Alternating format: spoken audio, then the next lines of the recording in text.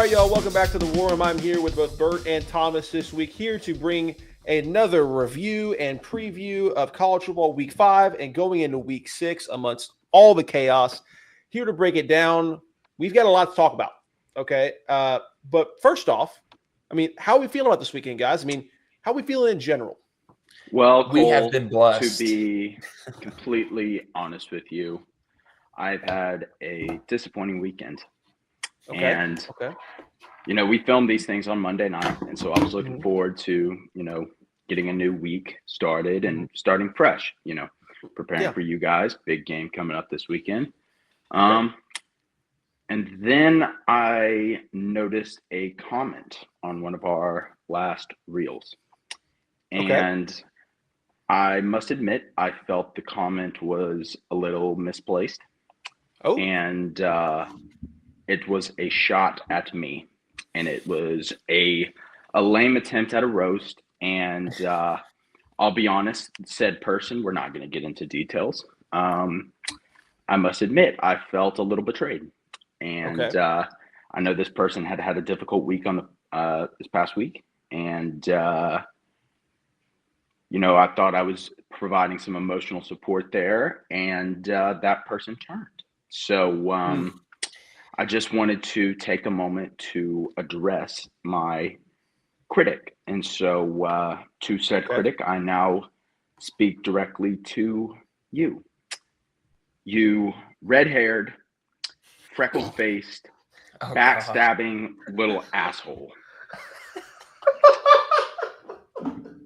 Had you taken 5 minutes to stop eating your Elmer's glue stick, or take the time to stop trying to count your armpit hair by licking them,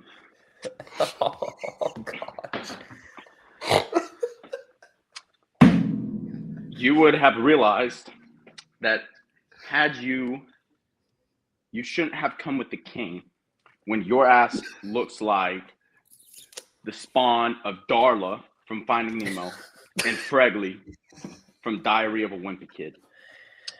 By the way, let me take note. Your little Asian script font tattoo things, I neglect to see the purpose of those, considering you're not Asian at all. And you look like you belong at the end of a rainbow protecting a pot of gold. So I'm willing to let bygones be bygones, and I'll focus on my stuff and you can focus on your career. That, of course, being the face of the Lucky Charms franchise. But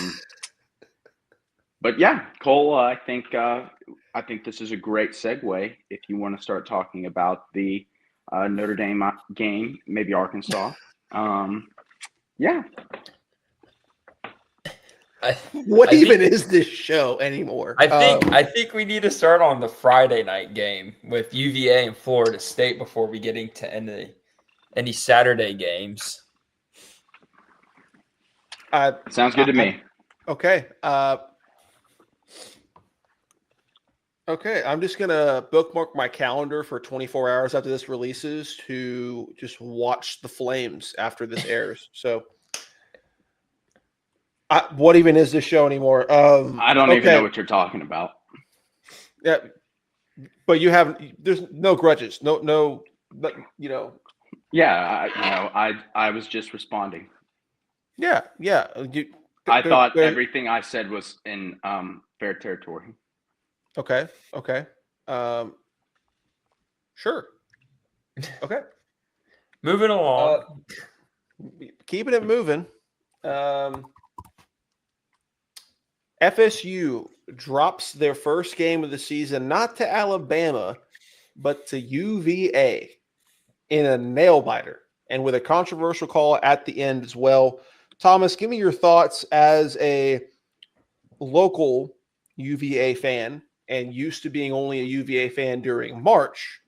How big of a shock was this to you to actually have something to cheer about for UVA at approximately 6 months in advance than you're usually used to? Yeah. And how does this impact your view on that entire school in general? Like, are you already looking at grad school applications there now that they have two sports that could possibly be good? Like, what are we thinking? Yeah. So first off, this is a huge win for UVA, especially for their football program. I believe Tony Elliott Would you came call in it a in the. program? Would you call it a program, I don't or even is this? know. I would Do call they it call it a more. program? Sports club. Yeah. Okay. Let's go with an intramural team. Yeah, there we go. I'll give them comp intramural. Okay. Let's go there. No, that program, that was a huge win for them. Tony Elliott, their head coach, came in, I believe, a year or two ago. Obviously, now that I go to, A&M, I haven't been keeping up with UVA, but a loving eye on them from afar. They started off the season going into this game 3-1.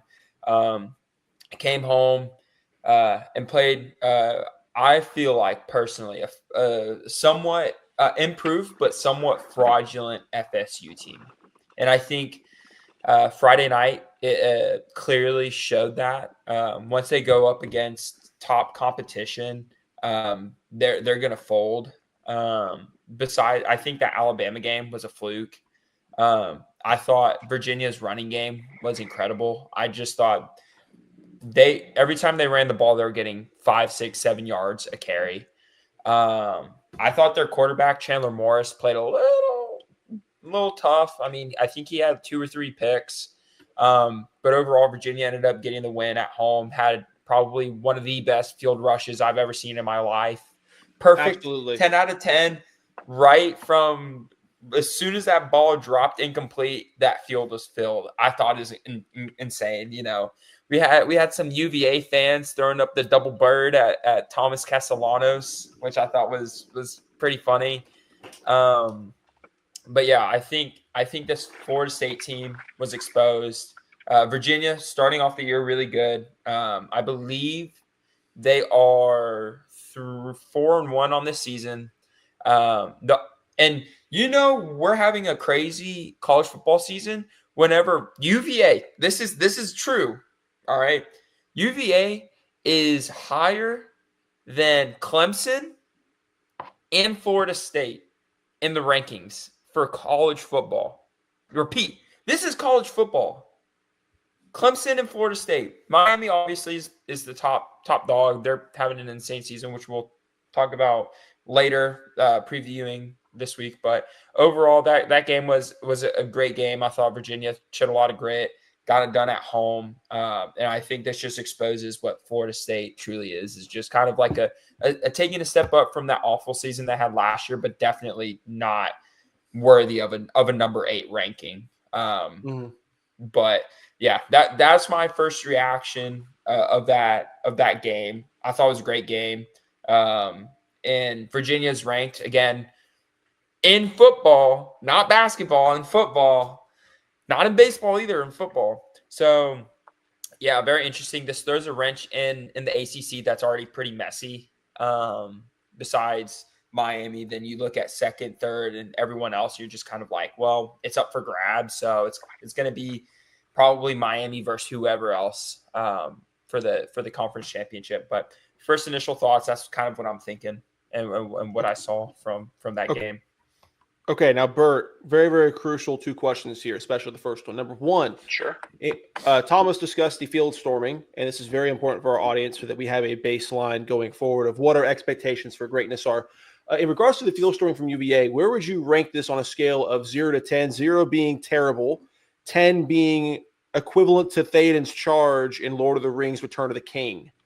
So it's up there. I'm going to have to give it – I would give it probably a solid 9 simply because I have to leave room for improvement. But the fact that you had players still on the ground and a whole mob surrounding them, I mean, the play was practically not even over before they stormed the field. I mean, it's just a mass of people. Pretty iconic. I think did anybody see what the fine was earlier today? 50. I have no idea, but 50,000. That's a joke. I think it's 50, or it might be 500. One of the two. It might be 500. here's something we can discuss when it comes to field stormings. I feel like there should be a blank paycheck, or a blank total that you have to pay. If you have one team that pays $500K, which is what we paid, and then you have Virginia paying $50K, I don't Yeah, necessarily no, think that's That's 50. stupid. It was 50,000. that's a fair. Yeah, that's garbage. No, and also like ACC, here's the get your thing. shit together. Yeah, and also like this is part of the game. Like, heaven Yeah, forbid these students that pay thousands and thousands of dollars to go to these schools, like get to be a part of the environment to another level when something that they may only witness once in a lifetime, especially in person, happens. And then on top of that, you're going to scale up or scale down these fines for students using their own field based off of the school size or the prominence of the school, like, and also where's the money going? It's probably going to the NCAA's pockets. I don't know. so It certainly is going to charity. it goes to scholarship funds, or at least that's what the Sure. whatever you want to believe, right? But the problem is when you have, and this goes into what we talk about, from a general NCAA perspective, we have all these different conferences playing by different rules, especially in terms of money, in terms of NIL, all of that, right?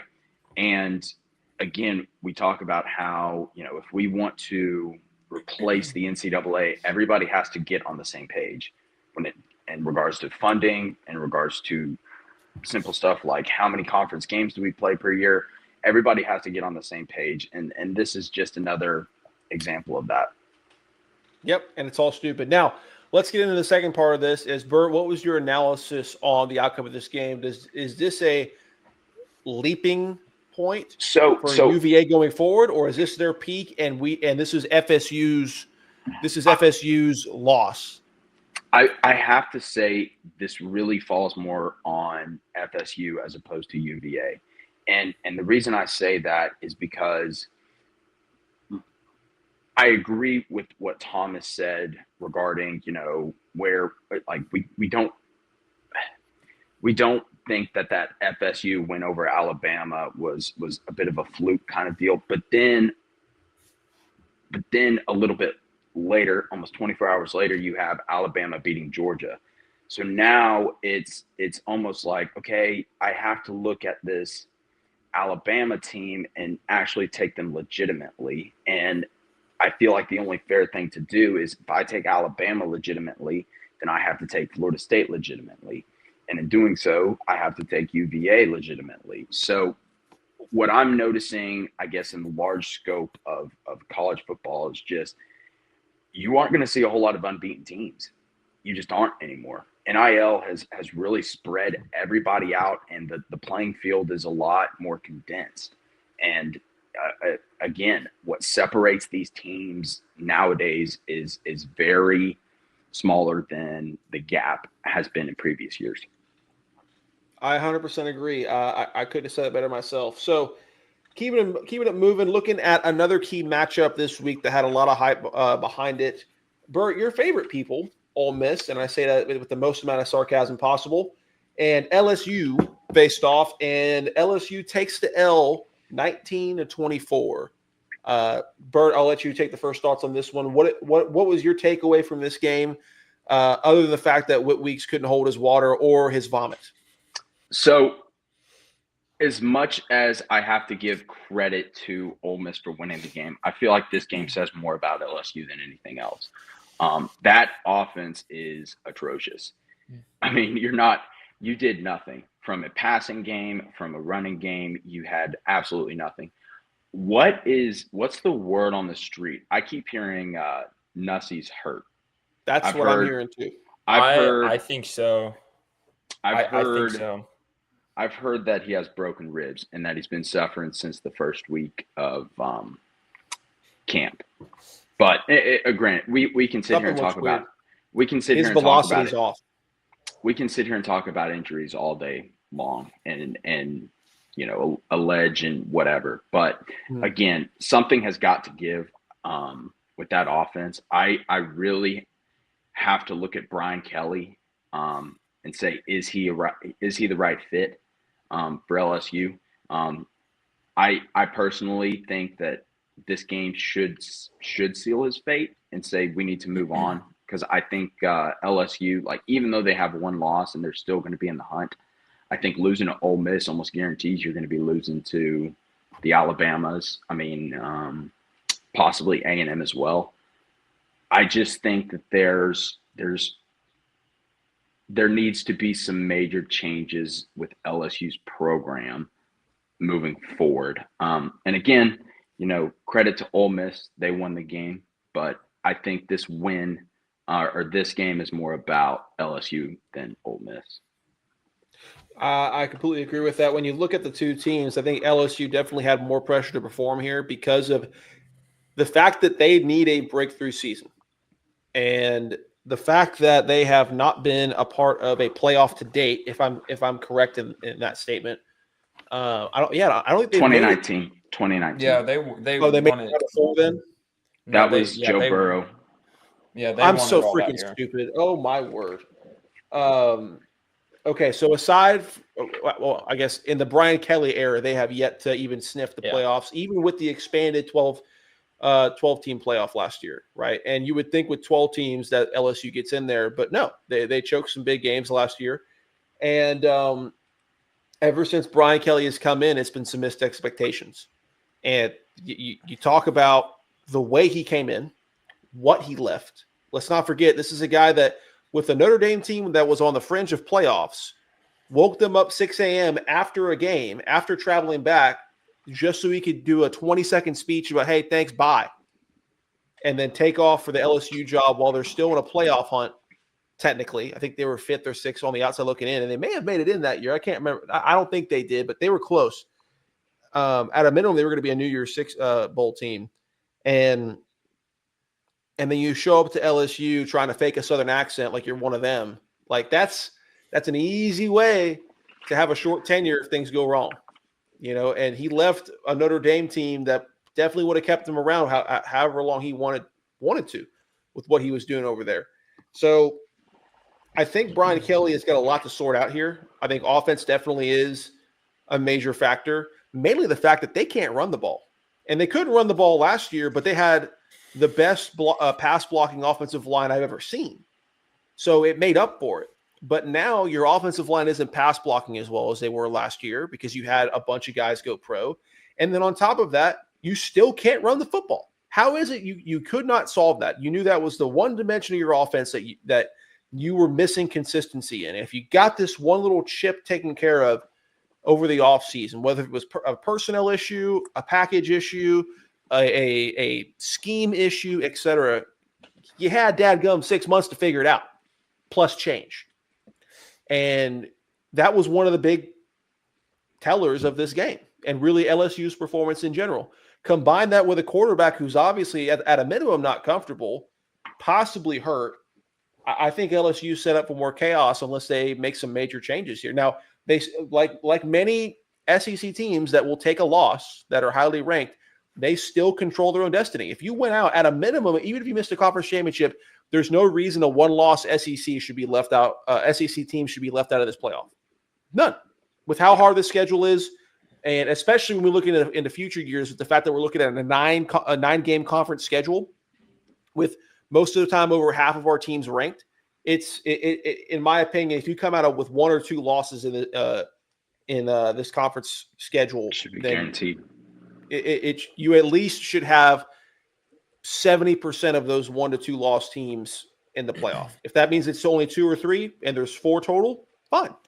But I just think with the trend we're seeing across the Big Ten and the SEC, with how tough their schedules are in conference and how many fantastic teams there are where these games are being decided by a daggum coin flip, you're going to see more of this. And I definitely agree with you, bro. I don't think we're going to see more than maybe 1 or 2 perfect teams this year when it comes down to the decision time and conference championship Saturday.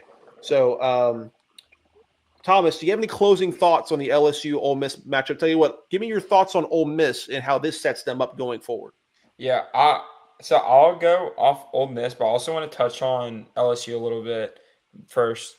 I know you said do the opposite, but I agree. I'm looking at the stats right now, and from the team stats. I mean, this was Ole Miss's game to lose. Ultimately, they had 14 penalties that totaled up to 109 yards.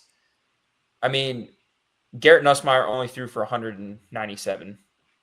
Like when you, and then also they ran the ball 21 times. Credit, they also threw the ball 34 times, but ran the ball 21 times, only had 59 yards rushing. Like, so you're getting not even 3 yards a carry. You're getting 2.8. That's what it was. Your leading rusher on the game. You don't have your primary guy. I mean, Harlem, if I'm pronouncing it wrong, Harlem Berry had 7 carries. Jawan, I'm pretty sure. Yeah, Jawan Johnson had 6 carries. Both of them averaging 3 yards a carry. Like, I mean, that's nothing incredible. Even your guys that you brought in, like Barry and Brown from Kentucky and Nick Anderson from OU. I mean, you're getting them the ball only 7 times that entire game. You threw 34 times, which shows more on Nussmeier kind of questioning, like, what's kind of going on with him. He's the one that's making this whole thing go. So I agree with you. I think Brian Kelly could be in the hot seat, especially just with what's going on with LSU. I think LSU got some layups this season, and then you saw them get exposed by Ole Miss. That offense is awful. Great defense, but offense is not there. I think their schedule is going to be pretty tough going forward. I mean, shoot, you are going to have – I'm trying to pull up their schedule right now. You're going to have you have South Carolina next after the bye week. Then you have Vanderbilt at Vandy. Then you have A&M. Then you have Alabama in Tuscaloosa. Then at the end of the season, you have Oklahoma at Oklahoma. So I highly doubt they even – there's no way, like, especially with their offense, the way it looks right now, there's no way they don't at least drop 2 or 3 of those games. No way. And then on the especially the ones on the road, that's going to be tough. Yes. Yeah. Especially for, like, I think they probably drop Bama, and I think honestly they're probably going to drop OU. If I'm going to be completely that could be fair. Dependent on the status of material will be back. We've got to see. Material will be back by then. I'm pretty sure. But Probably. On the flip side for Ole Miss, first off, I don't like how we're going to touch on this in a little bit. I hate how they're number 4. I think that's way too high, especially coming from 13, especially with teams that won this past weekend. I think number 4 is insane. But we'll get into that. One thing for sure, Trinidad Chambliss starts the rest of the year. I don't like Chambliss has looked like an absolute superstar for Lane Kiffin and Ole Miss. I mean, threw for 314 yards, a touchdown, and threw a pick, had a QBR of 86.9, 87. Looked great. Ran the ball extremely well. 42 carries for 170 yards, which is about 4 yards a carry. Got 2 touchdowns on the ground. Lacey had 23 carries for 87 yards, averaging about 4 yards a carry. Chambliss had 71 rushing yards on the day, averaging 5 yards a carry. I mean, he was just passing the ball. I think they're good. I don't think quite yet. I think this is similar to almost like the Alabama Florida State at the beginning of the season, to where you had a team upset like a top 5 team or whatever. Obviously, Ole Miss isn't unranked like FSU was, but I think they kind of over dramatized the jump in the polls, which shows how stupid the AP is. But man, Ole Miss is a legit team this year. I think if all honesty, I think everyone in the SEC, maybe except for Kentucky, which even still, like, they're there. They're not going to just be like a pushover like Vandy was a couple of years ago. I mean, they gave Ole Miss a run for their money, I think, last week or 2 weeks ago. Yeah. So, but I feel like everyone, and this proves it, everyone in the SEC took a step forward. So, yeah, Simmons, bench him for the rest of the year, especially because this is his first year playing college football. Like, give him some time. But Chambliss needs, if Ole Miss wants to continue having this success, and especially put up 24 points on a pretty good LSU Really good. team, LSU defense. I mean, man, like Chambliss is your guy. I think they're going to be really scary. They're undefeated right now, but man, they're looking really good this year. Yeah, that's to say the least. Okay, couple notables here. Notre Dame beats the piss out of Arkansas, and now Sam Pittman is fired and replaced with the inevitable Bobby Petrino. The memes on that are galore. I don't really want to touch too much on that. Yeah, I mean, it really, Bobby Petrino is just like motorcycle Thanos. He's just inevitable. I wonder if they're going to hang his neck brace from the rafters when his career is done. Touching on the Notre Dame Arkansas game real quick, I think it can be summarized as Notre Dame reminding everyone who they are, and then Arkansas just showing the flaws in their game. I think Notre Dame reminding everyone who they are. You mean someone who somehow schedules the easiest schedule and then beats the piss out of people who deserve to be beat the piss out of? I mean, no, all they're doing I think it's is, more is so having a couple of teams on here that should have looked okay and should have been and then they're absolutely obliterating them. I think it's more so of them starting 0-2, facing two of the top at this right now, at this present moment, two top 6 teams, only losing by, I believe, a combined like how much they lost by. Here's the deal, though. Here's the deal by when it a comes to combined score of 4. So I think them beating Purdue by getting 56 on Purdue and getting 56 on Arkansas just reminds everyone, hey, like we're not. But you have to remember. So here's the thing, right? There's a thing called quality wins, right? Sure. If you look at Notre Dame and the remainder of their schedule, their biggest quality win is going to be against probably an unranked USC team. Yeah, because they just dropped one to Illinois. So I understand where you are coming from when you say, okay, their 2 losses are currently against a team like or Texas A&M and Miami. But in all likelihood, like I hate to say this for you Aggies, like I don't see Texas A&M going like undefeated this year. I see A&M dropping several games, and I think that's going to diminish that game a little bit. And then I don't know what's going on with Miami. There's probably a good chance they could very well go undefeated in the ACC.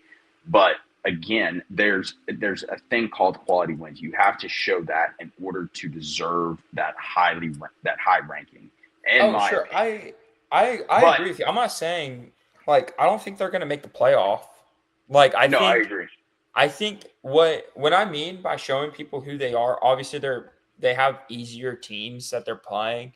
I think them hanging 56 back-to-back weeks again, Arkansas and Purdue, like yeah, they're not great, but I think that just shows like, hey, we're not going to be FSU of last year. We're not going to. So here's my ultimate question, right? It's so hard to judge when you beat a good team by a slim margin versus when you beat a bad team by a large margin. Mm-hmm.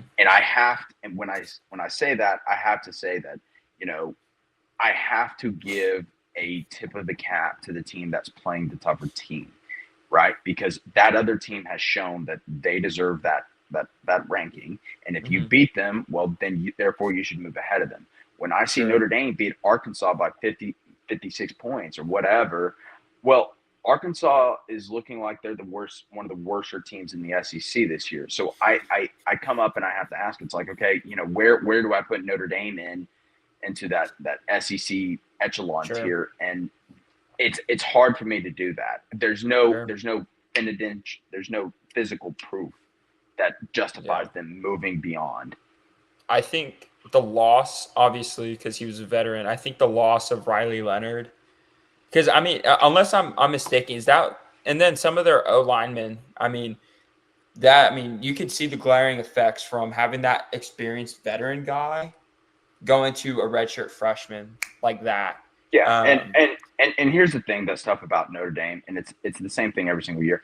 They can recruit anybody they want. I mean, they're truly a blue blood program. They can from a recruiting standpoint, they are going to be a top 10 team almost every single year. Again, Yeah. though, it's when you don't play anybody and you only play a couple of power four, high power four blue blooded programs a year, you have to win those games. And if you don't, I'm sorry. Yeah. I think after this year, especially if they win out, which I don't think that's like an unlikely thing. I think that's very possible for Notre Dame because of the Absolutely. caliber of their schedule. They're playing the Sisters of the Poor next week. Yeah, I think at the end of the year when they're probably inevitably 10-2 and they probably get into a bowl game and they win, when they finish 10-2, I think you're going to go. They're going to be like, well, like we want a playoff spot. We're 10-2. We only have 2 losses, and they're against 2 teams that are probably going to make the playoff. Like from looking at it now, but I agree with you. Knowing the tendencies of the playoff committee, they'll probably get in as a 12 seed. I guarantee it. If I don't go think perfect, they'll get in. as much as we're all going to have a seizure about this, way. I guarantee you. Way. I guarantee you they will get in.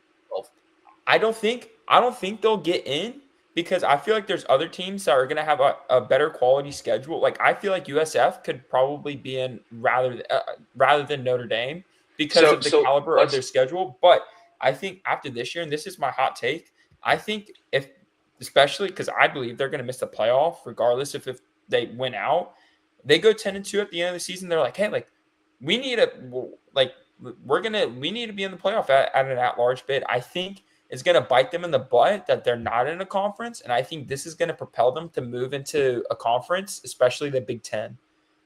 Geographically and money-wise, I think that makes the most sense. And they're going to be in the Big Ten within the next 5 years because I think your thought of this. I think your thought on the playoff committee leaving them out is wishful thinking. We all want to see it. I've just seen zero evidence, and Bert, correct me if I'm wrong, of the playoff committee not being sympathetic to Notre Dame and very much kowtowing to their schedule and their scheme. What's interesting is when you start looking at the CFP is you have a conglomeration of people, right? It's multiple, and most of them are on the conference level. You have representatives from the ACC, the SEC, the Big Ten, the Big 12. There's only one school that gets their own singular representative on that panel, and it is Notre Dame. So Notre Dame is going to get a bigger piece of the pie every single year. So if there is even a question as to whether Notre Dame should be in the college football playoff, you have to give them the nod. But I wouldn't be shocked if they – I think if the season keeps going the way it is with – you have teams – okay, so I'm going to be completely honest. I don't think Mississippi State is going to necessarily make the playoff or anything, but using them as an example, it's like you have them starting off the year almost 5-0 with fairly good quality wins. It's like if let's say they beat Tennessee last week, which I thought they should have beat Tennessee. We can talk about that later. Which we will. But you have them, and if they go on and drop maybe like a game or two, or maybe like 2 or 3 games, and they're competitive, would you almost be like, well, like I would rather Mississippi State be in there again, especially if they lose like 2 games to let's say one of them is to Ole Miss and the other one is to some other playoff team. It's like, would you be considering them over Notre Dame? You absolutely should be sending a 10-2 Mississippi State team over Notre Dame. Exactly. That's what's probably going to happen is you have a bunch of 9-3 teams that are fringe, and they give the nod to 10-2. That is the question, right? It's when you have those teams that have lost that third game, and there's a bunch of teams that have that. It gets really tough to determine which 9-3 team is going to go. And I mean that's what you saw last year, right? With Ole Miss, with South Carolina. Was Ellis? I guess wasn't Alabama 3? Alabama was in that mix as well. And so it's the same story every single year as to, there's one or two SEC schools with an additional loss on their record. And I guess history has shown that Notre Dame gets that last lot. We'll It's see. garbage. All right, we Yeah, got to keep we'll- moving. we'll We got to see. keep moving. Bert, what do you want to cover next? Do you want to cover Auburn A&M, or do you want to cover Tennessee, Mississippi State? It's up to you guys. Let's All do right, I can Auburn. cover- Tennessee, let's- Mississippi State. Tennessee, Mississippi State. I was an gonna say, let's absolute do- barn burner.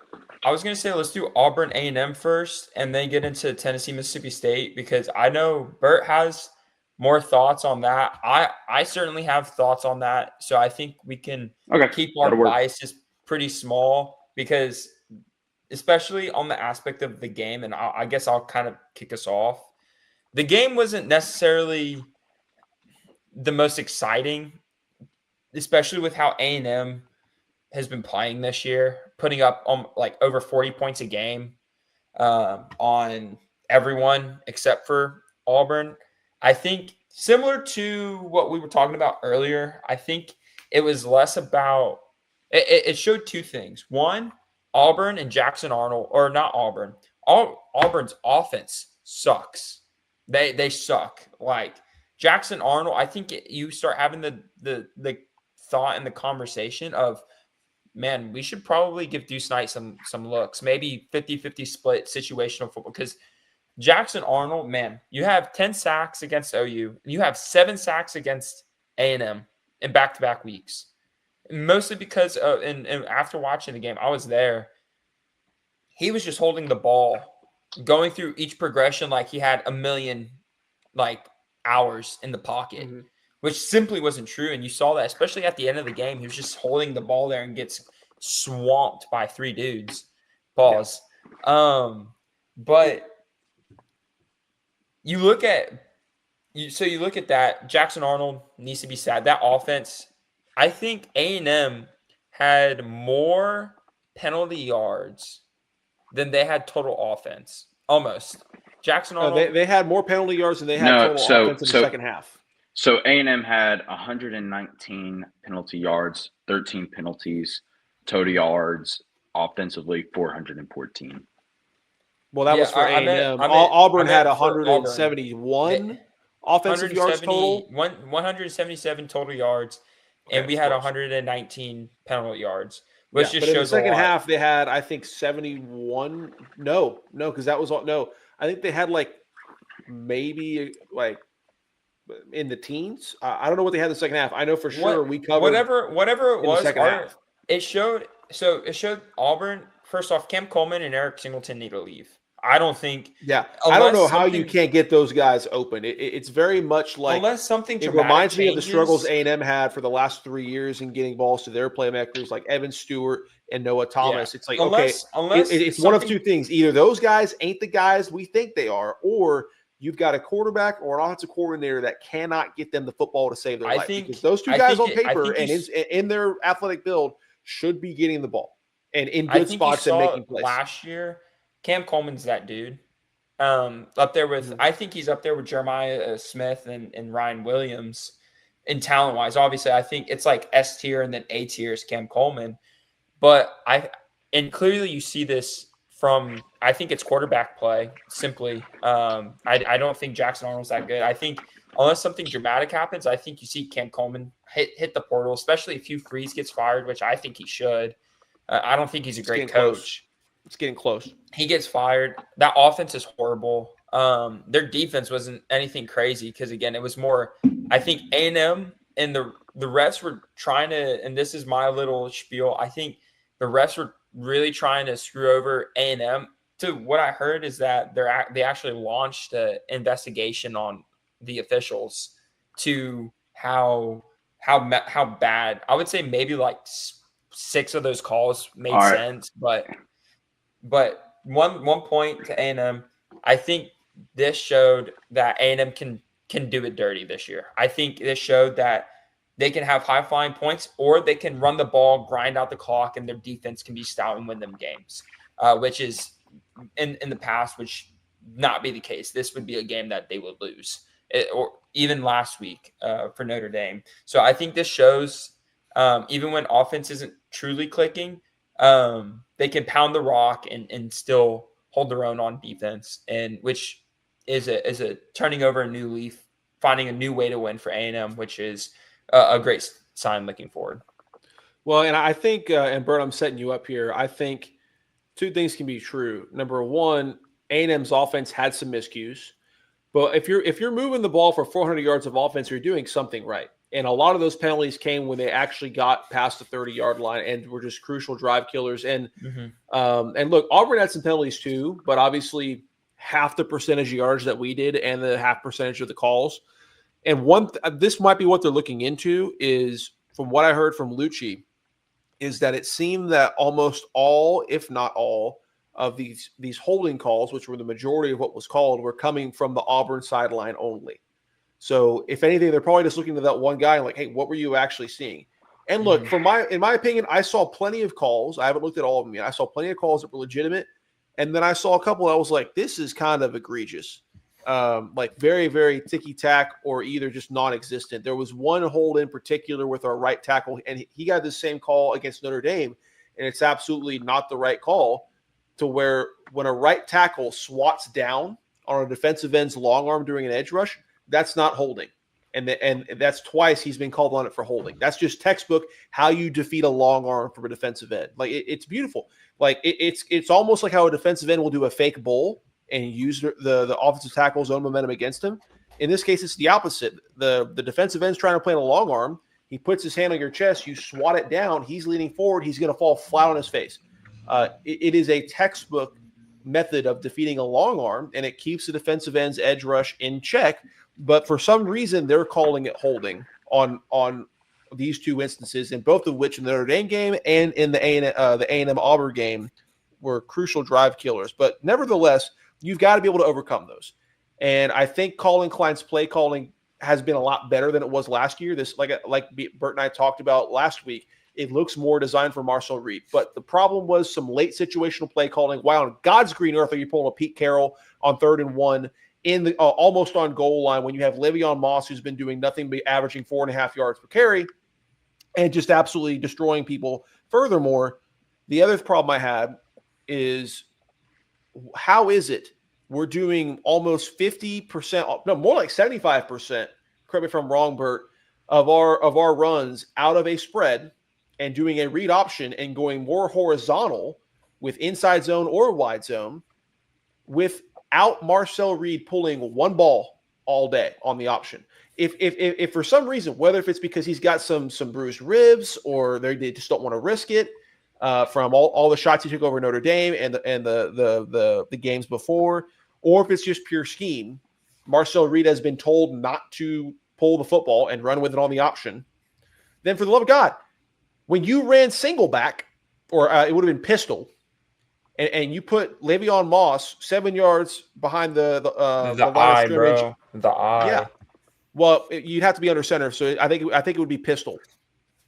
So that was perfect because you're giving Le'Veon Moss vertical momentum.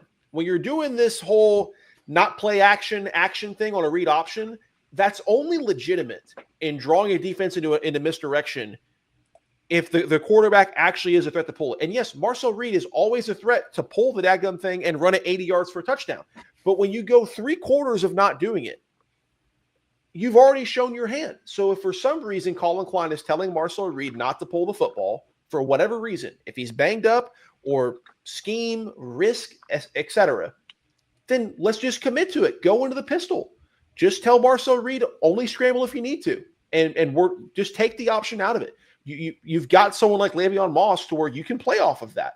But the fact that you're almost limiting what makes Le'Veon Moss in particular work so well, in the fact that you use 75% or close to that of these runs, putting them in a traditional spread and going at a 45 or a 50-degree angle and taking away vertical momentum and giving the defense more time to penetrate is not great. Le'Veon Moss is not a guy who wants to sit behind an inside zone and wait for a hole to open. That's not his thing. That's an Amari Daniels thing. That's even maybe more of a Ruben Owens thing. So those are the two main things I disagree with. And I think timely calls and formations towards the late part of that game, when you had 3 opportunities and 3 times you should have broke it wide back, broke it completely wide open, whether that was penalties, not being able to respond to penalties, or terrible play calls like that 3rd and 1 on the goal line. Those are things that against better teams, you will lose a game from.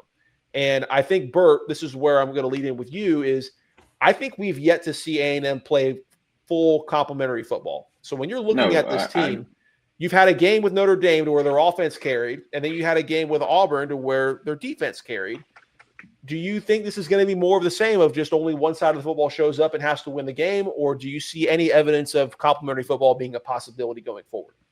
I mean, I think it's always a possibility. Both sides of the ball have shown that they can perform. My main thing that I have to point out here from an offensive standpoint, like, I know you mentioned that you said the defense is carrying this game, right? But I mean, the offense put up 414 yards, right?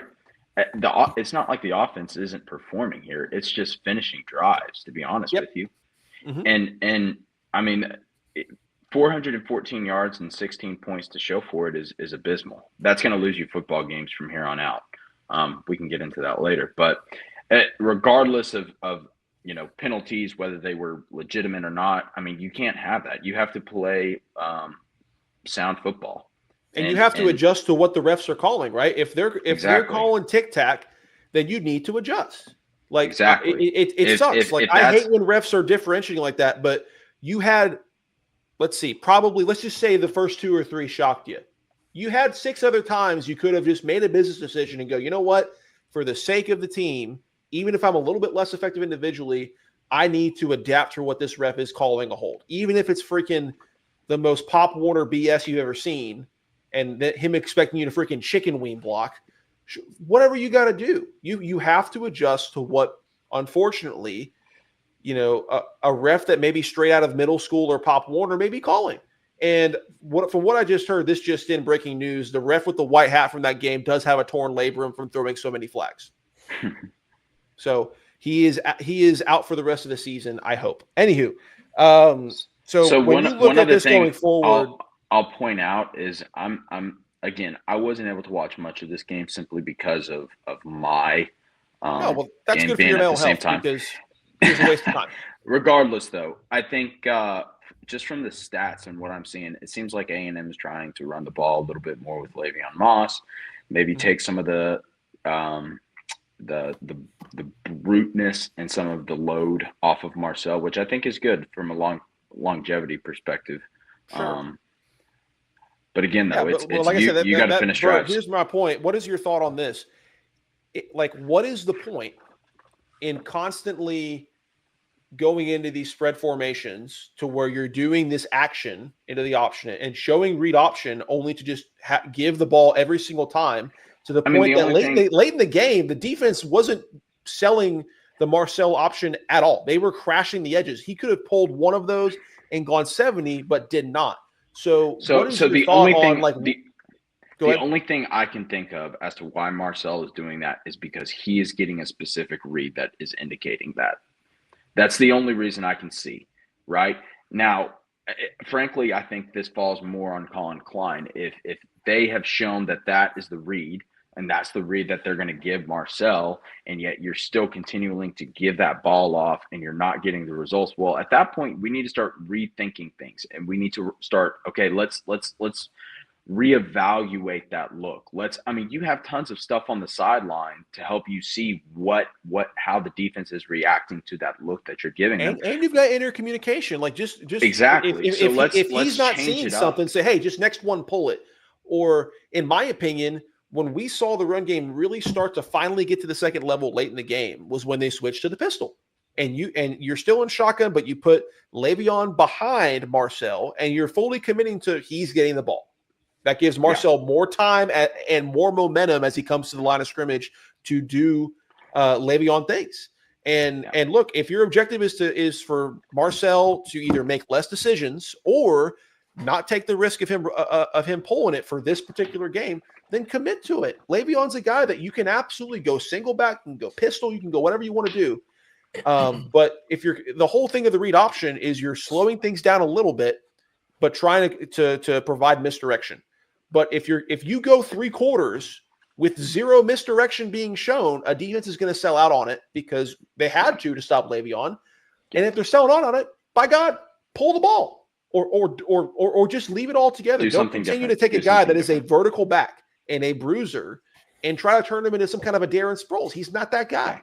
So I think I'm on my soapbox here. Yeah, I was gonna say I think this is a really good hard fought win. Showed a different A&M team from a Mike Elko culture that shows that they can win the games that they would typically lose, which is a great thing moving forward. But I think we should move on to the next game because I mean we're gonna talk about State and Tennessee, but I mean remember you have Penn State and Oregon, then you had Alabama and Georgia. So we can't cover everything. Yeah, that's why I'm like, we gotta keep it pushing. All right, let's get on to the next one. Mississippi State and Tennessee. Guys, this was a barn burner, several explosive plays, but on both sides of the ball with this game. Bert, I'm going to give this one to you. Give us your initial thoughts. Obviously a heartbreaker, but obviously a great benchmark to show how far this team has come and what their capabilities are when things are going right. And quite honestly, you're a strip sack away from winning that game.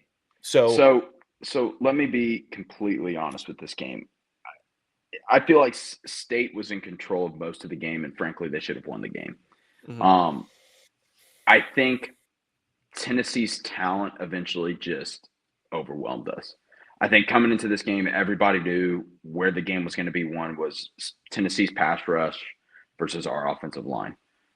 And ultimately, Blake's pick that led to an interception or a pick six and a strip sack are results of that, right? And so you tip your hat to Tennessee and say, you had us there. What was weird was he came off untouched. So there was some kind of So I will give you a little bit of some insider information. So usually we've had a lot of rotation at that left tackle spot. We've been testing out, and this is a whole different debate that we can get into. Did you start Casper on that play, or no? So it was Jimothy Lewis. Jimothy is a guy. Jimothy, he's a younger guy that we're trying to develop, and he's just not there yet. So I think he'll turn into something. But the problem with State right now is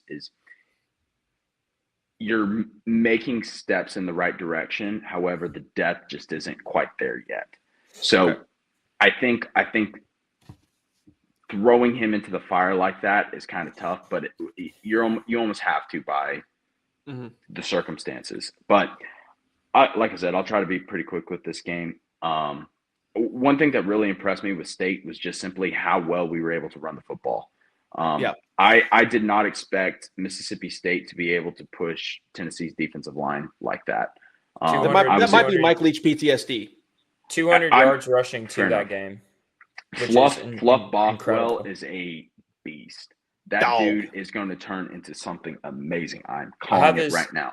I have the stats pulled up. Fluff as a name for running back is the best thing ever. I don't care who you are. I love Fluff. I have the stats pulled up. Fluff had 23 carries for 134 yards and 2 touchdowns, which comes out to about 6 yards a carry, which against Tennessee's defense, man, that's incredible. So I will. I've been impressed with Shapen as well. What are your thoughts on Shapen so far this season? So Shapen, I think, has done a pretty decent job. The big consensus that we have with him is that he holds on to the ball too long and that he can be inaccurate at times on the deep ball. But when he's getting that ball out quickly and he's hitting it, I mean, we're scoring explosive plays. I mean, you saw that against Arizona State. You saw that a couple times against Tennessee as well. Some plays, the receivers just can come down with the ball. But again, against some of the other smaller teams and opponents, I mean, we've had shots at big plays, but Blake can overthrow the ball. And so if you have a receiver with the same thing. If you have a receiver open, in those smaller games, I expect that ball to be caught 10 out of 10 times. That's the expectation because you're not going to get that many open looks against the Georgias and the Alabamas and the LSUs and the Tennessees of the world. You just aren't. So all things considered, I think this game, I hate saying it's a moral victory, but I think given the circumstances and last year's seasons, you really have to look at it as that. I mean, this was a team that went 2-10 last year, and now all of a sudden, you're competing with a team that's considered to be a college Fringe football playoff playoff contender, right? And so moving forward with the rest of our season, I think I'm pretty comfortable making a couple predictions. The first of which is State's going to make a bowl game. They just are. Absolutely. They're gonna find a way to win 6 games. The other prediction I'm comfortable making is they are going to knock somebody off. I don't know who it is, but it's going to be somebody. Let's hope it's not this week. I look at teams. Brother, like I've seen Texas. the script before. I watched freaking Fitzgerald rush for over 100 yards, I believe, in 2019 against us, or 2018 against us. I look at like a teams, 10-point favorite. I agree. I have PTSD. Yeah.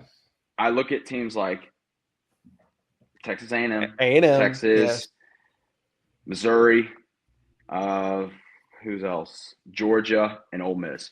State's going to get one of those games. Which breaking news. Oh, breaking news. We're doing a road show November 8th on the road at the Dog Pound. Oh wait, that's not what you call it. Stark Vegas. We're going to be there. Vegas. It's going to be great. It's going to be huge. Okay. Yeah. All 3 of the boys. Carson will be able to make it. Unfortunately, he'll be camping for I don't know where he's camping, but we're going to be camping out at Stark Vegas, the whole 9 yards. Even me and Thomas as Aggies, we might ring a cowbell. They might be sporting. They might be sporting the old bell there.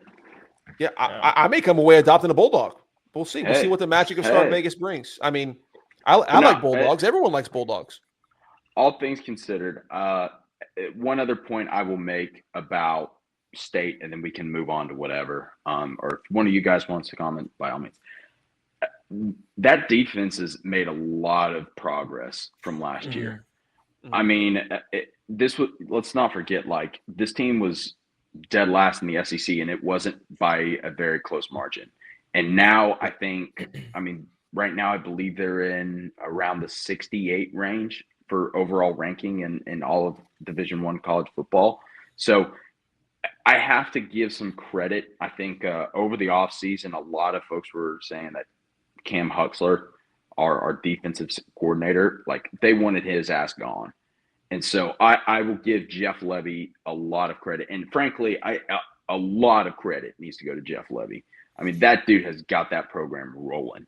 I've already started hearing just the talks about him already starting to get looked at by other jobs, which pisses me off because it's the same story every single time. But you got to give him credit for sticking with his guys and trusting that they're going to get that thing turned around. Overall, next offseason, transfer portal, offensive line, defensive line, big time. And who knows, man? Yeah. Going off of that, go ahead. I have some thoughts on this. First off, I agree with you, Bert, with the moral victory argument. I think from the kind of program you had in the season that you had last year, I think moral victory is justified in this, because last year with the team they had would have gotten just curb stomped. But let's be I mean, so Joey Aguilar, first off, I want to give him his props because he threw for 335 yards, but I mean, a touchdown, had 2 interceptions. So, like, for a Mississippi State defense to force 2 turnovers from a quarterback who has been red hot and almost beat Georgia last week, which was not even his fault at all. So I will say one other thing about that stat with Joey Aguilar.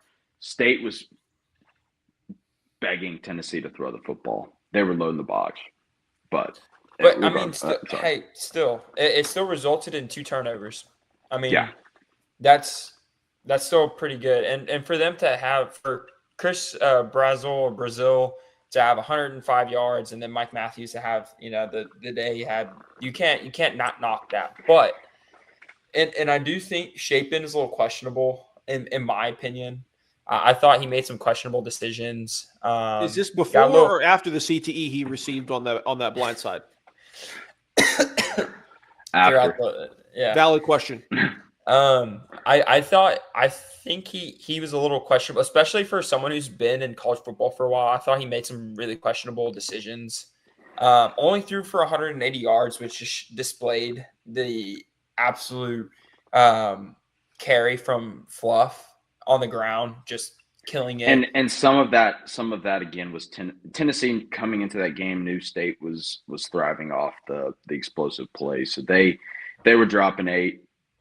Sure, And I mean, forcing State to run the ball. But here's the thing: State responded to what they were given. They weren't just, which is something again is more than what you could say about last year. I mean, shoot, they already doubled their games of the first, doubled the wins that they had in the first 4 games compared to all last season. So, and I agree with I texted you guys this. Bert, you know this. I said, Mississippi State's head coach was the best hire. Like after, I think he took over after Leach, and no, it was after Arnett. Okay, Zach Arnett. Sorry, whatever the situation was for them to hire him to make them their coach. You could see how, given the players that he had, because I mean, I hate to rub it in, but like to see players like Craver leave and to see what he's doing at A&M. And this isn't even from like I'm glad he's at A&M. Yeah, it's from a look at how good. Objective. Yeah. How look good how they good. Exactly, and see how State is doing with the players that they have. So just imagine what could happen next year.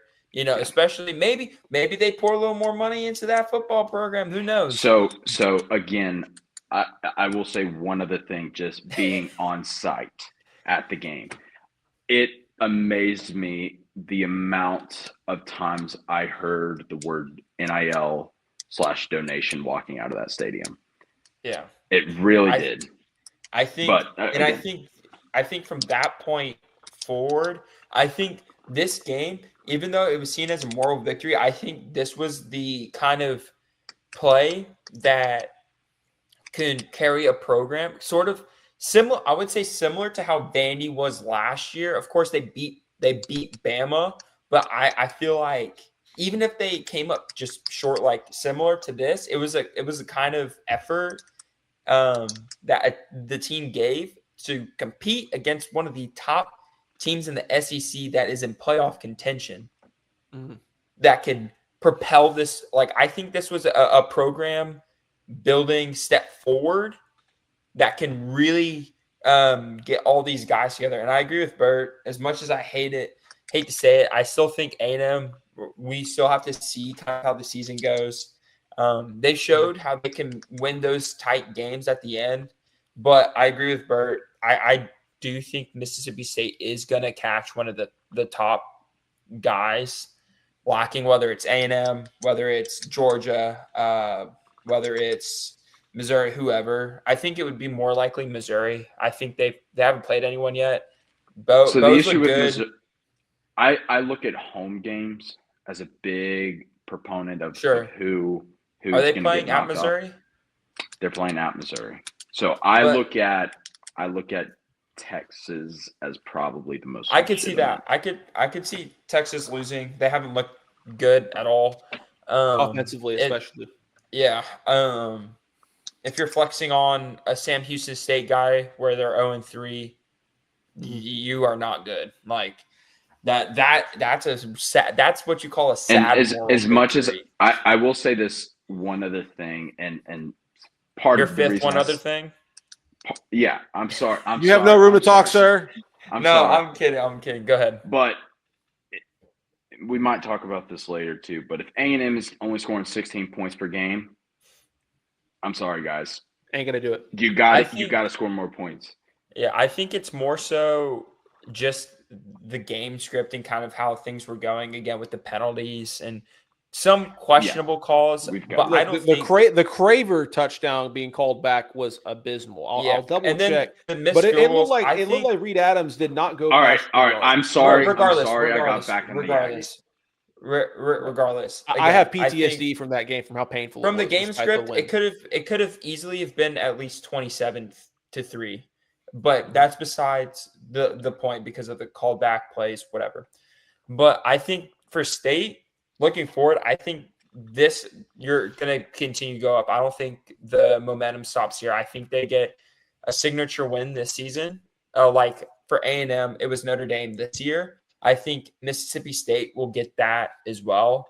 If Shapen, makes better decisions and take care of the ball a little bit better, but also like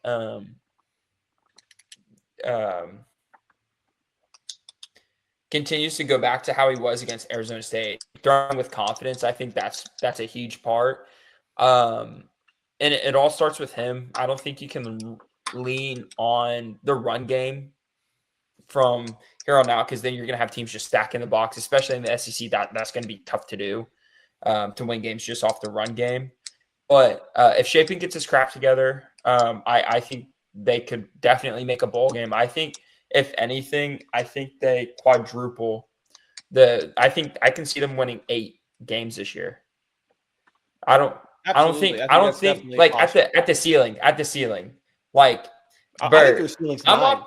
Are we watching the same thing? Okay, let's not get crazy. Don't we have to. Let's just put a pin in it at 6 wins is very attainable. Possibly 1 or 2 more. But I think at the absolute ceiling, 8 wins could be doable. Yeah. Okay, now let's get on to the next big matchup, guys. Do we want to do Oregon, Penn State, or Alabama, Georgia? We got to cover let's keep it. Let's keep it like quick comments on these games, like 15 seconds or less. Yeah, Thomas, everybody. Alabama, Georgia. Your initial reaction? Yeah, Alabama looks better. Georgia still looks like Georgia. Fluke game against FSU. Interesting moving forward. Bert, do you think Georgia will win out and bounce back from this, or do you think this is more the get back game for Alabama to set them up to go on a run? Get back game for Alabama. Get back game for Bama. Is your name Bert? I asked Bert, you heathen. Is your name Bert? Oh, sorry, I didn't hear that. My bad. Get back game for Bama. Georgia's still a legitimate contender. Okay, all right. Now Oregon and Penn State, obviously another. Hold up, you're Cole. Right back at you. 15 seconds. Me? Okay. Yes, please. All right. Alabama, Georgia. Look, I like what I saw from Alabama. I liked at times what I saw from Georgia, but I think they got some more to figure out with offense. Their defense, I think, played well enough to win the game. You've got to score more than 21 points in the SEC nowadays to win most of your games. It's not old school. This isn't LSU, Alabama, where the end score is 9-3. So, moving on to Oregon, Penn State. Man, what a thriller. I think this comes down to Penn State's terrible quarterback play against top 10 teams. I don't think who they have. I don't think Drew Aller right now is the guy. I think that either that or they need to figure out how to start getting second level penetration on their run game. But I did not like what I saw from Penn State offensively. Their defense played phenomenal. Both defenses did. But when your offense is consistently going 3 and out, 3 and out, 3 and out, or drive stalling, any great defense is going to stall out. So with the way the offenses both exploded towards the end, that was to be expected. But same sort of deal. Particularly with the weapons. 15 seconds, Cole. With the weapons Penn State has, I think they have huge room for improvement in their quarterback play, whether that's developing the one they have or getting somebody new. I think that is what cost them that game. Bert, your thoughts? Yeah, I agree 100%. James Franklin still can't get the monkey off his back. Like at a certain point, you have to start asking questions. Is he the guy? Oregon, which has been asked for like 5 years. Exactly. At a certain point, the back breaks. Oregon, really same sort of deal. Legit. Both will make the playoff, and it'll be a great, both great teams. And really both need to finally get over the hump and at least make the Final Four here, because they've both been in the same position to where they make the playoffs or they're fringe playoff, and they have fantastic teams that just can't get that extra 1%. Thomas, can I have one more point? One more point. Yep. Oregon, really young team. Absolutely. Thomas, your final thoughts? Yeah, for me, Penn State. Back to the point you made about they always get into the playoff and whatever. I think it's more of just luck of the draw. I mean, you saw the game last year with Penn State and Notre Dame. Came down to the wire. So I just think it's more I don't necessarily think it's poor play calling from Franklin. I think it's more just situational, like the other team just, did better, I guess, like showed more effort. Yeah, but this has been the story for like 5 to 6 years now. Sure, At some point, sure, either the coin flip goes your way or you get better to where it doesn't come down to a coin flip situation. Cool, I get that. But again, it's like you're not – but if you run a screen pass on 4th and 1, you would rather run the ball rather than throw a screen pass, But like they're making the decisions you need to make regardless. Anyways, to the game, Penn State, Drew Aller sucks. They should have kept Bo Pribilla. He would have taken he would have been way better this season. Drew Aller does not look like a first-round talent at all. I actually think he should get benched. Everybody in this quarterback class of next year that was labeled a first-round talent has sucked. Let him go. We're trying to fly. Trying to get through my 15 seconds. Sorry. Drew Aller, I think, honestly, should get benched. That play at the end of the game to seal the intercept or to throw that interception, I thought was horrible. Oregon looked good for what they were dealt. Dante Moore looks incredible. Heisman candidate for sure. Great Oregon team. We'll see what happens in the Big Ten. Done deal. I 100% agree. Okay, finally, looking into, let's go into next week now. No, bro, we have to. AP poll. Yeah, we need to do the AP poll, bro, because me and Bert. I'll be quick. AP poll first. Okay. All right. So. All right, Bert. It is time for the weekly Bert Johnson roasting of the AP Top 25. Who's making these lists after they eat their daily dose of crowns? Bert, please take it away. So 1 through 3, right off the bat, I have no issue with it. I think there's a big gap here between 3 and 4. Number 1, Ohio State. Number 2, Oregon. Number 3, Miami. I think nobody has any problems with those. Number 4, Ole Miss. I agree with Thomas. A little high. The problem is right now is I just don't know there's a whole lot of teams you can put above them. I don't think you can put A&M above them. I don't think you can put Oklahoma above them. You have to give them credit for beating LSU. That is the only reason they are ranked that high. So let's go Ole Miss 4, Oklahoma 5, Texas A&M 6, Penn State 7. So the one interesting thing about Penn State right now is you finally played somebody and you lost and you only dropped 4 slots. I feel it's always this game of do you rank based off of how well you think a team is set to perform or how well they have performed? And I feel like with Penn State, they will continually perform throughout the season. However, I feel like we've talked about beforehand, you have to allow other teams up into the top 10. And you have to give them credit for wins. So I could see easily where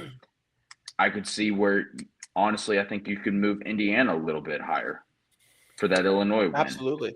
For now. I don't agree with that, but continue.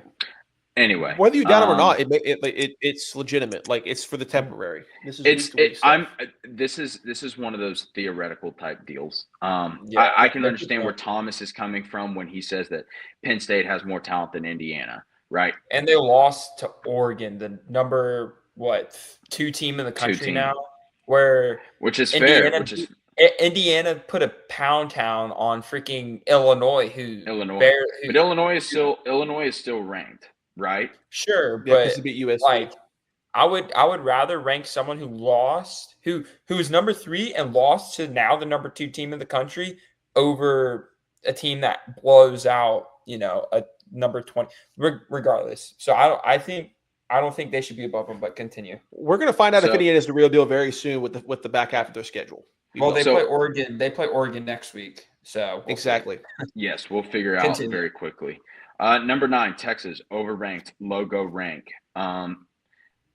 Alabama beating Georgia moves up to 10. I think they should be above Texas. I don't know if I would move them any higher Yeah, than agreed. that. Agreed. They still did lose to Florida State. So anyway, Early game. Texas Tech ranked at 11. A lot of Love talent it. on the team. I wouldn't put them at 11. I still feel like they haven't Have they played played a whole anyone lot. yet? Yes. Who? Utah was a big ranked win for them, and I think they just got another ranked But Utah looks trash. Yeah. Okay. They do Continue. now. Utah looks going. trash. Keep So going. here we go. 12 Georgia, understandable. 13 LSU. Here's my point. Here's my thing with LSU right now. They don't have a win that looks really good right now. That Clemson win has aged very badly. Yeah. I would have dropped them almost to 20. I can see that. I would have Tennessee probably over LSU. Agreed. Yes, I agree. And here's the other thing I want to point out about Tennessee as well. Currently, as it sits right now, Mississippi State is ranked the 2 or 3 team. Doesn't matter. I'm getting to that. Sorry, I just had a seizure just considering that. My bad. I'm getting there. Trust me. I'm gonna let one off. I'm gonna let little Fluffy off the chain. Like, he's coming. But I feel like, okay, Tennessee didn't move up or back this week. I feel like you need to give them credit for beating Mississippi State a little bit, because Mississippi State did beat Arizona State. And yes, everybody, I think, is on the same page that Mississippi State is a lot better than they were last year. I would even go as far as to, even though that Tennessee lost, I would still rank Mississippi State. Like, I would rank Mississippi State. We're getting there. Sorry. We're getting there. Vanderbilt, 16. I think that's fine. They have a lot more power wins, I think, than a lot of the other teams on here. So I might move them up just a little bit. I'd probably have them over Iowa State. That's fair. Iowa State at 14 is a little bit of a weird one too. I don't know. Like, their best wins are what? Iowa, Kansas State? Yeah. Not anything crazy. Not anything crazy. Like, Tennessee and Vanderbilt should be ranked over them, I think. Georgia Tech might be the really weird team, because right now the only reason they're ranked is because they beat Florida State. But they're also undefeated. I think they might have another. I will say, I think they should drop. Who beat Florida State? It'd be UVA. Georgia Tech. No, Georgia Tech earlier in the season. What are you talking about? No. I'm sorry. Clemson. Clemson. Oh, Clemson. Yeah, that's what it was. Clemson. They beat Clemson, and that's what UVA beat Florida State. So Georgia Tech. Why the heck is Georgia Tech even ranked? I understand they're 5-0, but they don't have a quality win on their schedule. It's the same. It's the same reasoning we used. It was Clemson. It's the same reasoning I just used as to move LSU all the way back to 20. Mm-hmm. I think they could be legitimate, but they definitely haven't had an easy. I will say I'm surprised they didn't drop more, because they only won by 1 to Wake Forest in miracle fashion too. Yeah, so they should have. In my opinion, I would have had Georgia Tech completely drop out if that was the case. Yeah, they wouldn't be in my top. 5-0. There's so few 5-0 teams. You have to rank them. But I would put them more towards 20. I think they would be 20 to 25. Fair. I think that would be smart. Yeah, I think that's fair. Bert, continue. Yep, keep ripping. Florida State at 18, dropping 10 slots. I think that's fair. Especially, Alabama did beat Georgia. Mm-hmm. Yep. Right. Yep. Missouri 5-0, up 1. Best win Kansas. I think 19 is fine. Kansas Paper and Tiger. South Carolina. Hand in hand. I think they're similar. We're going to figure out a lot. Find out next week against Alabama. Yeah, we're going to find out a lot. Actually, I think Vanderbilt plays Alabama next week. Yeah, they play. They're on a bye week. We're going to find out. We're going to find out about just how legit. We're going to find out Missouri about Vandy this week as well. Yeah. 20 Michigan, way overranked. Ranked for the logo. Same thing with Notre Dame. Any objections? No, and we're not going to find anything out about Michigan for a while because they play Wisconsin, which is nothing. Agreed. And I agree with you about Notre Dame. I think they should have been unranked when they went 0-2. Agreed. Correct. The only reason Notre Dame should be ranked, in my opinion, for the remainder of the season is if they potentially beat USC, and depending on where USC is at the time. Other than that, they should be unranked the remainder of the season. Illinois 4-1. Okay, that's fair. 22. They don't have any quality. Best win they have right now is Duke. USC was ranked at the time that they played them. Illinois started high, so it's kind of like leveling out after that loss. So I agree. I think that's I agree. I think that's the fair. USC win is nice. It's enough to keep them in 20 to 25 range. I don't think USC. I forgot about USC. That's fair. Yeah, they won't be there for long. BYU 23 overranked. Correct. They narrowly, walked away with a win at Colorado. That was a very close game. If Colorado can throw the ball better, they win that game. Virginia at 24, I think that's fair considering the Florida State win. 25, Arizona State. I think Arizona State's a good team. However, the teams below them just make no sense to me. Currently, you have South Florida and this is what we were waiting on. Here we go. South Florida, 53 votes. Utah, 52. Mississippi State, 46. Why do we even play the games? Yep, I agree. I think even though they're lost, I think first coming into the week with Mississippi State. Sorry, I'm pulling up their schedule right now. I think coming into the week with Mississippi State, they had the win over Arizona State. Then they didn't play anyone great. I mean, they played Northern Illinois, Alcorn State, but they still produced. They still played well. I still think that you could make the argument to why they shouldn't have been ranked going in. I do think, though, this is one of the rare cases to where you could, and they beat Arizona State whenever Arizona State was 12. So I think this is one of the rare cases to where, me personally, I think Mississippi State should have been like 25. I think they should have gotten a ranking, even though they lost. The way they lost to Tennessee displays that they're a top 25 caliber team. In all honesty, I think, again, rare case. They should have been ranked last week. They should be ranked this week. Again, I think you can team ahead of them that they won against head-to-head. It's a joke. I think you can, because again, you have to remember they were coming off of a 2-10 season.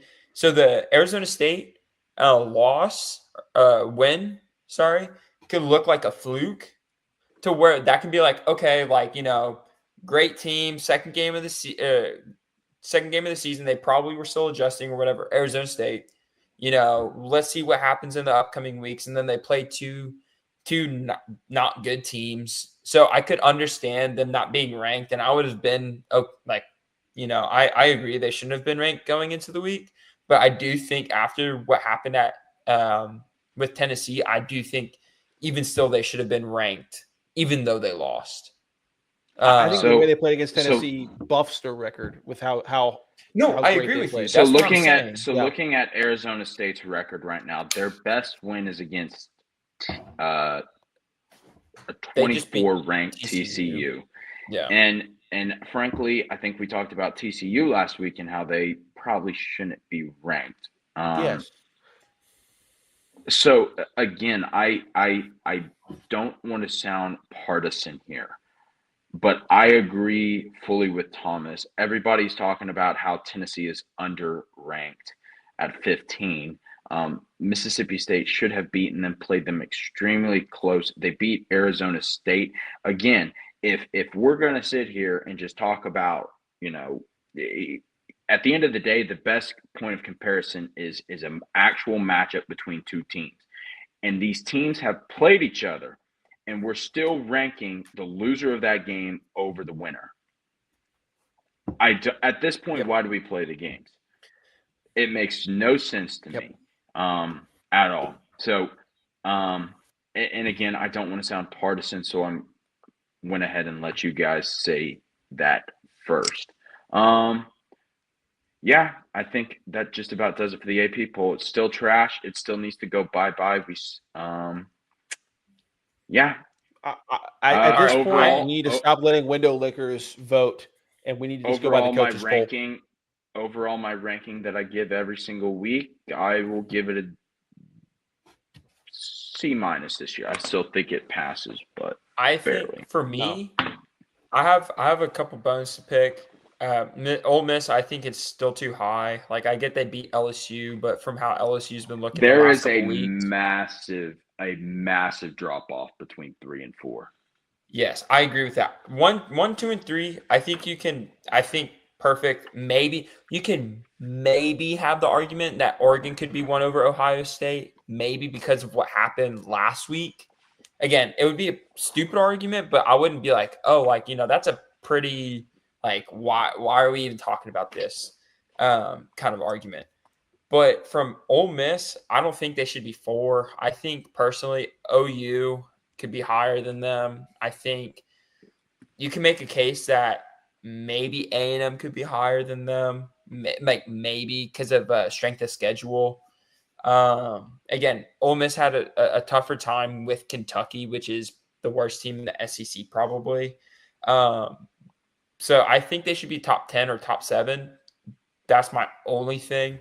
With that, I don't think Texas should be in the top 10. I think they should maybe be in the top 15. Maybe. Just off of name value, and they lost one game at the beginning of the season to Ohio State. I'll give them a top 15 ranking that I could understand. I think Texas Tech should be ranked above them. I think Alabama should be ranked above them. I think Georgia should be ranked above Texas. So that would put them at probably 13, 14. I'll even put LSU over them, so 15. Tennessee, I think, should be over Iowa State and LSU. Same with Vandy. Vandy, I think, is a top 15 team. Georgia, I think, should be below Florida State, Missouri.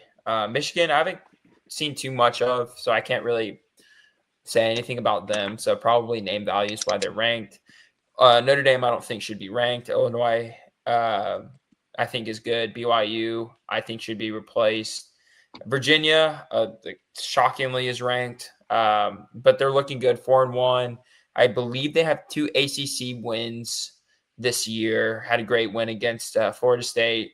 I think if anything, you could put Virginia at 23, Mississippi State at 24, and then have your pick at 25. Thomas didn't get the memo that we only go through the AP poll once, and you should get all your comments in there. Hey, he's knocking the rust off, bro. He's knocking the rust off. I'm knocking the rust off, bro. It's okay. We've changed things up a little bit. And to be fair, I gave you your spiel over the AP poll. So, but those are my fair. Kind of my shifts. I guess you would say. Just understand, this is Bert's moment in the sun from now on. Okay? Well, I texted you guys already. I'm like, I have my. I try to open it. I try to open it up so that if you want to chime in, please do. I just want you to go next off. Week, King. next week. Next week. We'll actually go 3 weeks in a row. Look, here's what we're gonna do. We're gonna go rapid fire. I want each of you to pick one major matchup. Why you think it's important? Give us the breakdown. Thomas, I'm gonna start with you. Look at week 6. Start with Bert. Hold up. Give me a moment here. Bert, this is a layup for you. Look at week 6. What's the most important game to you, and why? And what is your breakdown of it in a minute or around that? This is a layup. Bert easier. Look at the daggum logo on your chest. Be honest. I know. I can't do the homer pick though, guys. Yes, you can. I have to be objective. One of us has got to be a homer. Okay, I will be the sacrificial lamb. It matters more to you guys than it does to us. Let's be honest. No, it does not. No. Big game for State, right? It's an opportunity to get one game away from bowl eligibility, which is a huge deal for Mississippi State. I think this is a game that State, personally, I kind of think there's some blood in the water here. A&M has shown that they don't cover the deep ball very well. For example, Notre Dame. State has shown that they are willing to throw the deep ball. I sense some blood in the water. A&M, I think is better than State on the offensive and defensive fronts. If they can kind of utilize that same strategy that Tennessee used, they can have a lot of success there. 14.5-point spread Ridiculous. is a bit ridiculous in my opinion. If I'm not a gambling man, but if I was, I would consider taking that one. All right, yeah, I think that's the I home. 100% agree. I do think for A&M, my only comment will be the fact that this is a game that A&M absolutely has to win for two reasons. Number one, you've got to prove that you can take care of business when you should. Mm-hmm. And number two, which is something that A&M historically has not. I go back to 2018 when I watched Fitzgerald rush for over 100 yards. This was my game. This was my game. I know. But I'm just. I'm kidding. I'm pivoting. Okay. All right. Okay. Okay. But I go back to other instances to where Mississippi State has shocked the world and beat A&M when we were favored by double digits before. I have PTSD. This is the typical A&M trapdoor game that they would lose in dramatic fashion, even if it's at home. So number one, you got to take care of business to show people that have battered Aggie syndrome that this is different than what it was. We got showings of that last year, but we went back to usual in the last 4 games. Got to fix that. Number two, I do think A&M could possibly have a loss going forward. I'm not delusional. I think they could have 2 losses. I hope not. But if you're going to have 1 loss, have it be on the road against a ranked team like LSU. If you're going to lose anywhere, because then you can say that the road factor was part of the thing in your argument for the playoff, and you may even still be able to get into the conference championship if your only loss is on the road against a highly ranked team. So those are the 2 reasons I think you've definitely got to take care of business here. If you lose this game, this hurts way more than a tough loss on the road to someone that is going to be tight. And let me say one thing from a traditional standpoint about this matchup. We've said it before on this podcast. This game and this series is traditionally split right down the middle. Yep. Since A&M joined the conference, it is 7-6 A&M. Yeah, I believe it's pretty close. There's been plenty of upsets on both sides. Anyway. Yeah, and then going off of that, I do agree. I don't want to. Okay, it's an important game for A&M again to show that like A&M is getting over the hump. They're not, just A&M of old. They're taking that step forward in the Mike Elko era. I think this is a bigger game for State because of how